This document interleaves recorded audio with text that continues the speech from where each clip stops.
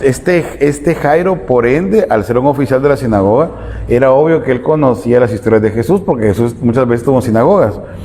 Y Jesús, digamos, al estar en sinagogas, lo que Jesús hacía era, digamos, hablar temas que tenían que ver, digamos, con el reino del Señor, que claramente los iba a oír.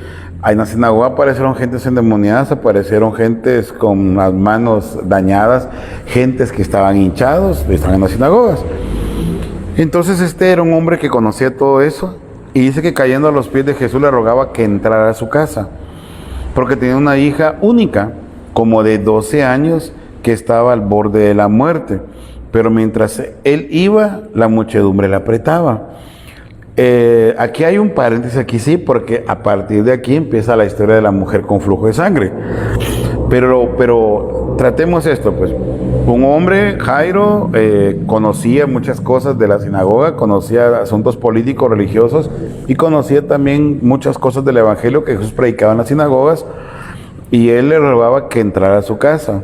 La razón por la cual él suplicaba que Jesús pudiera entrar a su casa es porque tenía una hija única de 12 años, y digamos, esa parte de hija única es interesante porque también la Biblia lo deja ver muy claro.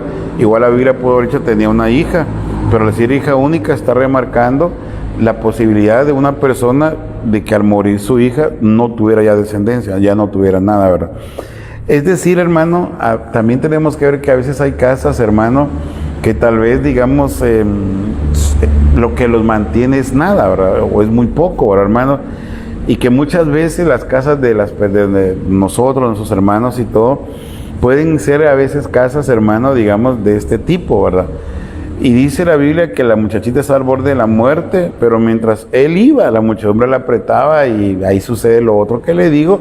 Hay un paréntesis, pero vamos a ver ese paréntesis y llegar hasta el verso 51. Y cuando él llegó a la casa, Jesús no permitió que nadie entrara. Lo que sucede aquí es que antes de que llegáramos a este versículo, cuando ellos ya van llegando a la casa, sale uno de los siervos de Jairo y le dice: ya no lo molestes más al maestro, ¿verdad? Tu hija murió. Fíjese, hermano, que eso es interesante porque de repente a veces puede parecer como que tu casa no tiene remedio ya, ¿verdad? Que tal vez alguien podría decir: ya no ores, ya no perturbes, ya no pidas oración, ya no hagas esto. Pero fíjese, hermano, que como es Jesús y no es el hombre, ¿verdad? Aunque para la gente, digamos, lo único ya había muerto, para él, pues, simple y llanamente no había muerto. Y todavía con esa aclaración Jesús llega a la casa y dice la Biblia que no permitió que nadie entrara con él, sino solo Pedro, Juan, Jacobo, el padre y la madre. 5 personas nada más entraron. Eso también es algo que me llama la atención porque él saca a la gente que estaba haciendo más escándalo que bien, saca a la gente que estaba contratada y no eran sinceros. Y una de las cosas que tal vez cuando uno piensa en la gente que contrataba personas para que en los funerales llorara, tal vez yo le aconsejaría, hermano, mire, algo que hay que sacar de las casas es la hipocresía, ¿verdad? Eso hay que sacarlo de las casas, hermano. La hipocresía no sirve de nada. Mire, a veces yo miro que hay gente que quiere hacer parecer algo que no es, ¿verdad? Y muchas veces las casas a veces quieren parecer lo que realmente no son. Yo les compartía a nuestros hermanos en la enseñanza hace unos días atrás que hace tiempo, hermanos, un montón de años, unos 20 años, tuvimos nosotros una invitación a una casa precisamente donde se estaba celebrando, digamos, un aniversario de bodas, aniversario 20, 25, era bastante, hermano. Pero nosotros llegamos muy temprano, ¿verdad? La cena empezaba a las 7, nosotros llegamos como a las 5:15. Y era una casa bonita de gente de dinero, y entonces nos entraron a la sala. Y estando ahí sentados unos minutos, se empezó a oír un escándalo y un hombre insultaba a una mujer, la trataba terriblemente mal, la estaba golpeando y bien feo, hermano, todo eso. Nos sentíamos muy apenados. Pasa ese episodio, dan las 6, 6:30, llegan ya personas invitadas y a las 7 pues empieza el evento y sale la pareja, hermano, y salen arreglados y salen tomados de la mano y se sientan en la mesa principal Y lo curioso es que el mensaje de esa cena lo tenía el hombre que había insultado y golpeado a su esposa. Y lo que él está hablando era de los frutos, ya, y lo estaba relacionando en relación al matrimonio. Era obvio que la gente que no había estado ahí podía creer que era un matrimonio ejemplar, ¿verdad? Podía creer que era un hombre ejemplar. Y a veces la hipocresía consiste, hermano, en aparentar algo que no somos, en aparentar algo que no está, y en hacer creer a las personas que tenemos casas extraordinarias, ¿verdad? Familias extraordinarias y todo, y tal vez somos luces difusas. Por eso le dije que tomaran en cuenta mucho el nombre de Jairo. Yo creo que una luz difusa es una persona que no entiende, digamos, el aspecto de la sinceridad. A mí me impresiona David en el Salmo 51 cuando él dice: yo sé que tú quieres la verdad en lo secreto, le decía David a Dios, ¿verdad? Y digamos, en lo más íntimo me harás conocer. Entonces, yo, en eso, David, es algo que a mí no se me olvida, hermano. Yo lo saco mucho a colación por la razón que cuando David le dice a Dios: yo sé que tú quieres la verdad en lo secreto. Y entonces yo siempre he creído de que David, como era conforme al corazón de Dios, David había entendido algo de nuestro Señor, de nuestro Padre, y era que Dios siempre quiere la verdad. Dios no es una luz difusa, ¿verdad? Y a veces nosotros cuando somos de esa manera, ¿verdad, hermano? O sea, cuando la verdad y la hipocresía o la verdad y la mentira son así en nuestra vida, dejamos de ser luces. Es como una luz que enciende y se apaga, que es intermitente. Y el problema, hermano, es que a veces dejamos que esa hipocresía esté en nuestra casa, hermano. Y lo que usted debe hacer es buscar soluciones, ¿verdad? A eso.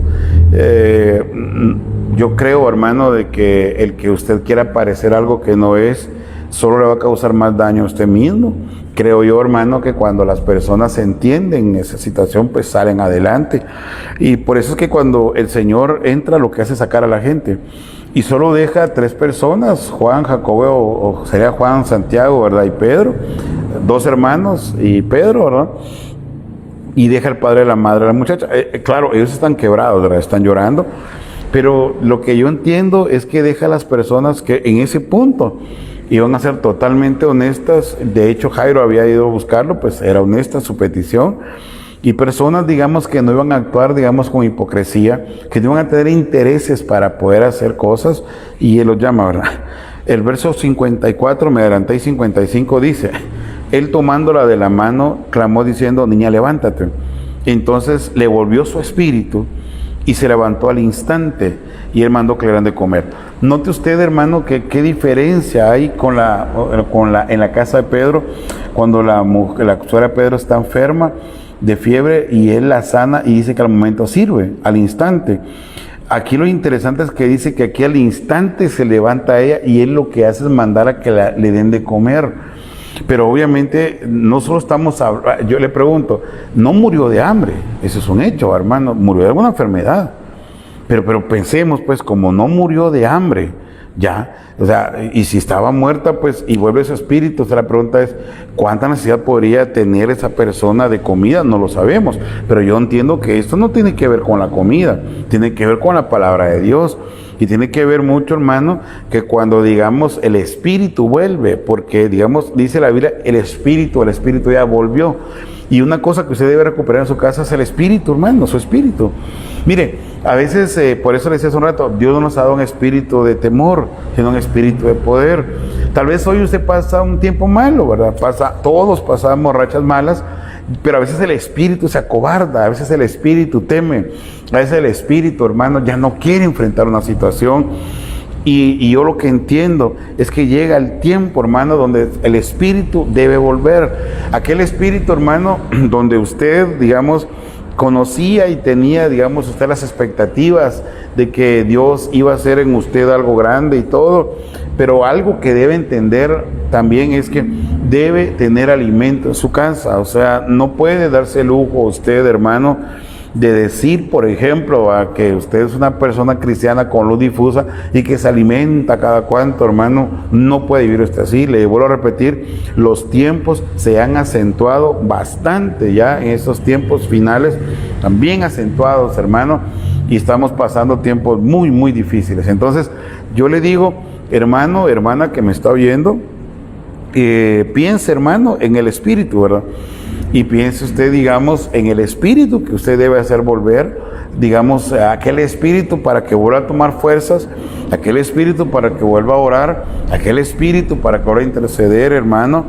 Deja la hipocresía por un lado. Dios quiere la verdad es lo que Dios quiere.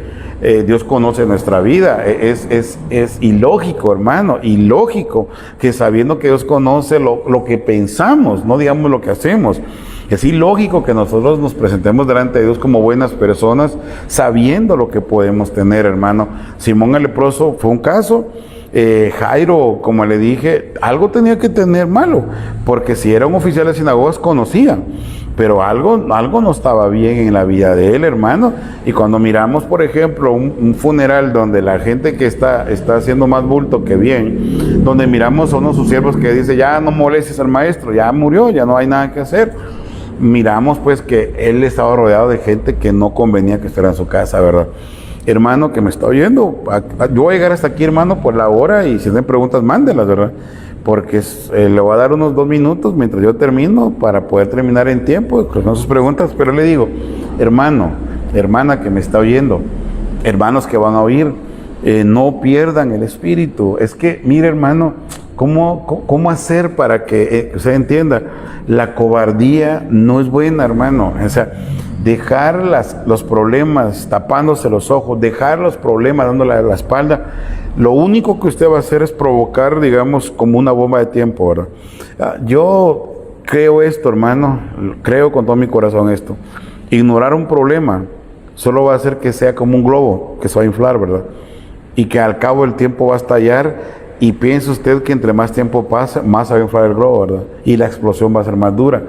A mí no se me quita el ejemplo de Sansón, cuando Sansón él mata ahora un león, y al cabo de un tiempo encuentra un panal ya, y ese panal lo saca, ¿verdad?, de la podredumbre del león, del cadáver, y se lo da a los padres, ¿verdad?